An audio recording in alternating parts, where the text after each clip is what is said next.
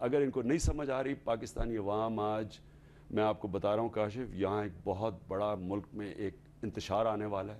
جو تنخواہ دار طبقہ ہے جو مزدور ہے چھوٹا کسان ہے ان کے کسی کے گزارے نہیں ہو رہے بچے ان کے بھوکے ہیں اور یہ اوپر سے اگر یہ گیمز کھیل لی ہیں کہ جی ہم نے یہ کر دیا وہ کر دیا اور اصل چیز پہ نہیں آنا جو ریونیو کلیکشن ہے پیسہ آمدنی بڑھانی ہے خرچے کم کر رہے ہیں میاں صاحب کا ایجنڈا وہ اسی چیز کے اوپر ہے نا جو باتیں ابھی آپ نے کہی ہیں وہ سارا کا سارا اسی چیز کے اوپر ہے اگر اس ایجنڈے پر آپ اتفاق کرتے ہیں ویسے اس ایجنڈے سے میں ساری چیزیں ان کی ٹھیک ہے اور الیکشن کمیشن کی جو انہوں نے بات کی وہ بہت اچھی ہے صرف اس میں ایک ایڈ کریں کہ سارے پولیٹیشنز اپنے اثاثے ڈکلیئر کریں گے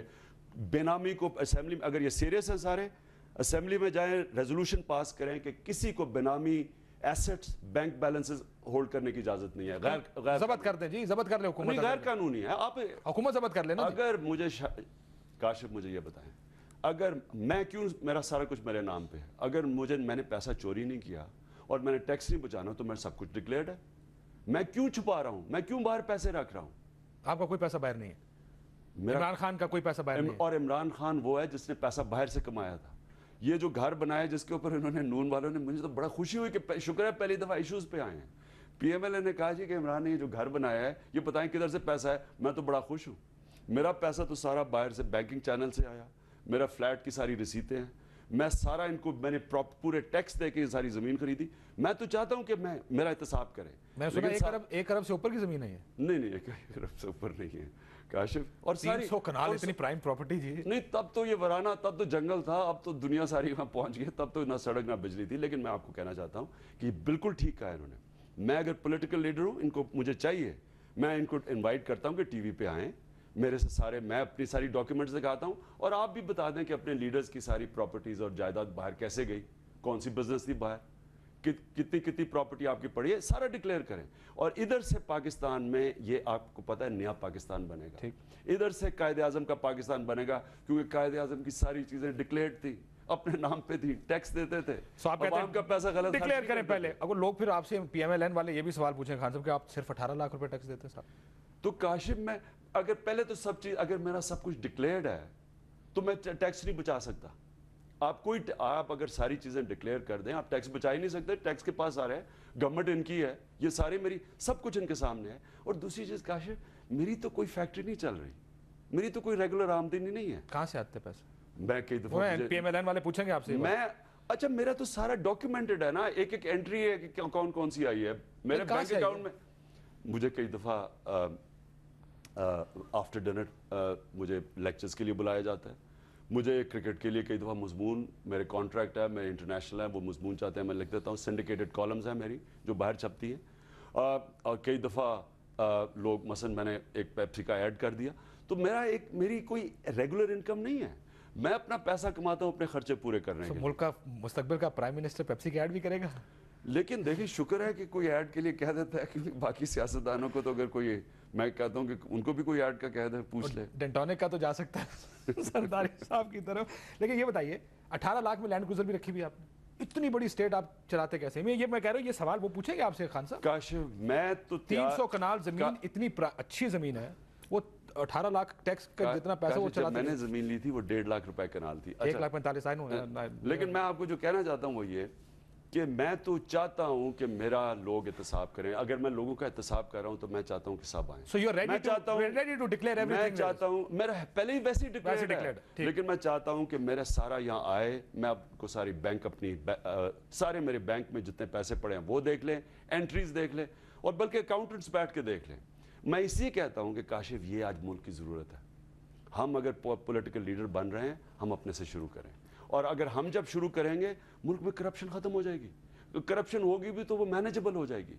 آپ جب ہم کریں گے ہم جب ٹیکس دینا شروع کریں گے عوام ٹیکس دینا شروع کر دے گی اور ہمیں احساس بھی ہوگا عوام کے ٹیکس کو خرچ کیسے کرنا ہے یہ محلوں میں جب ہم رہ رہے ہیں یہ جو اتنی گاڑیاں ہیں پرائیویٹ جیٹس ہیں باہر دورے ہیں یہ سارے ختم ہو جائیں گے جب ہمیں احساس ہوگا کہ عوام کا ٹیکس عوام پہ خرچ ہونا چاہیے یہ سارے ایک جیسے ویسے لیڈر سارے ایک جیسے نہیں میں یہ نہیں کہہ رہا میں کاشف میں صرف یہ کہہ رہا ہوں بہتر کون ہے ان میں سے پاکستان میں ٹائم آ گیا ہے اب ایک تبدیلی کا اور لیڈرز کو آج عوام ان کا احتساب چاہتی ہے کیونکہ عوام جواب چاہتی ہے اب کہ بھوکے ننگے مر رہے ہیں مہنگائی میں ڈوب رہے ہیں عوام جواب چاہتی ہے سر لیکن مڈ ٹرم الیکشن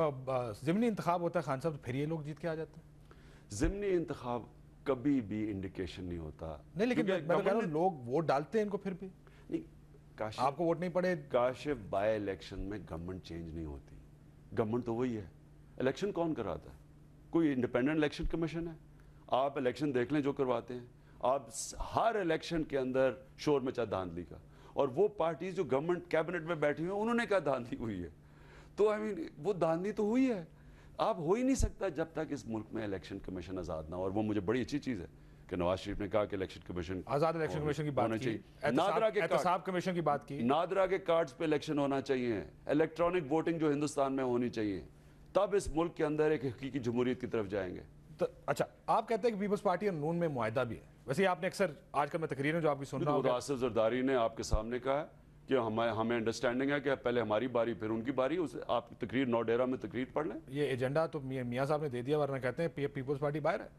وہ اب شاید 3 دن کا الٹیمیٹم, اچھا وہ لمبا لانگ ٹرم بھی نہیں, 3 دن کا الٹیمیٹم. انہوں نے ویسے آصف زرداری نے اپنی تقریر میں کہہ دیا کہ پہلے ہماری باری تھی, معاہدہ ہے, اب اس کے بعد ان کی باری ہے.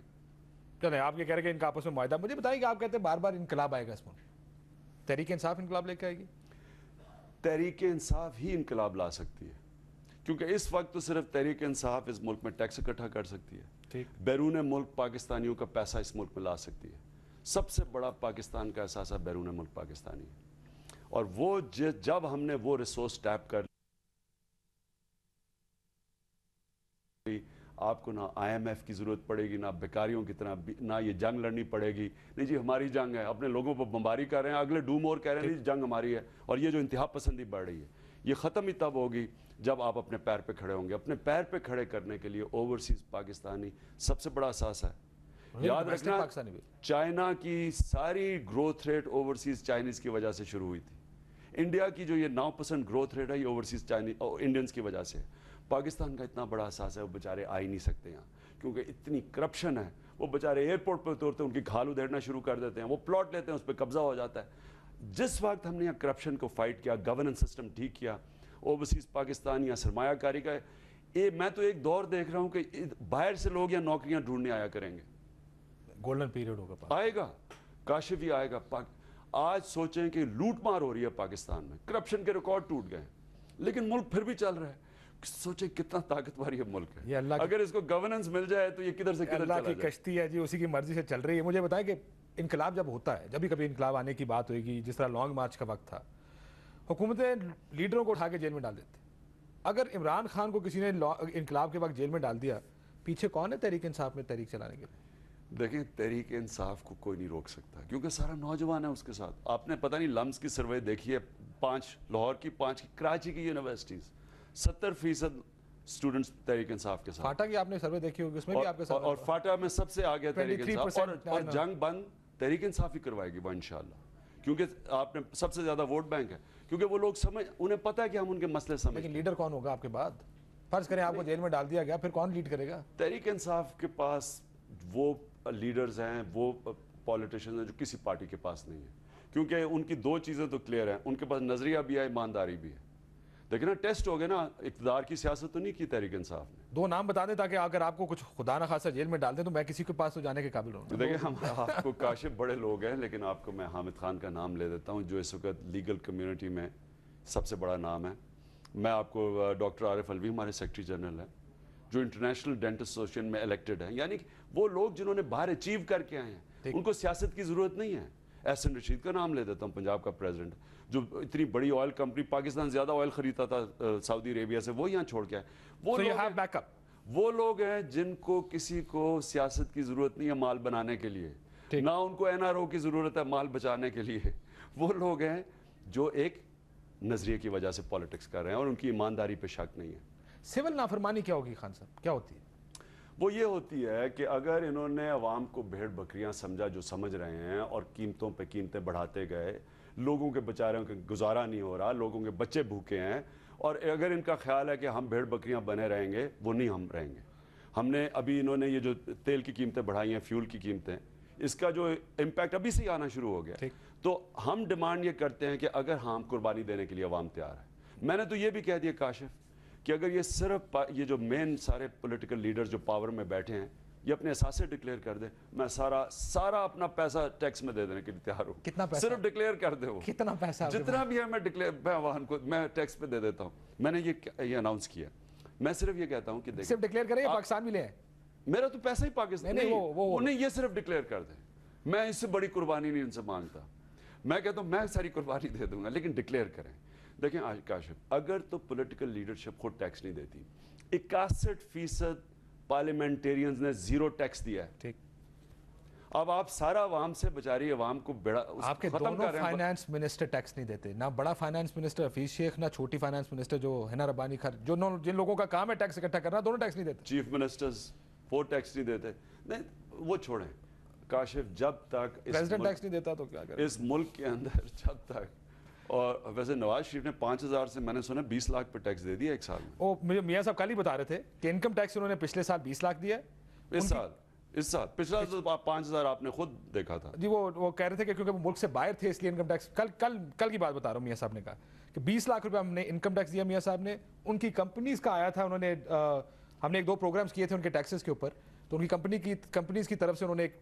ڈکلیئر کیا تھا کہ 6 ارب روپے کا ٹیکس 14 سال میں انہوں نے اکٹھا کیا. میں سوال یہ پوچھتا ہوں کہ یہ کوئی عام آدمی تو پاگل بن سکتا ہے, لیکن کمپنی کا ٹیکس پرسنل انکم ٹیکس کیسے بن گیا؟ دیکھیں نا, میں اگر کمپنی چلاتا ہوں تو مجھے وہ کمپنی میں ڈائریکٹ مجھے پیسے دیتی ہے, انکم دیتی ہے.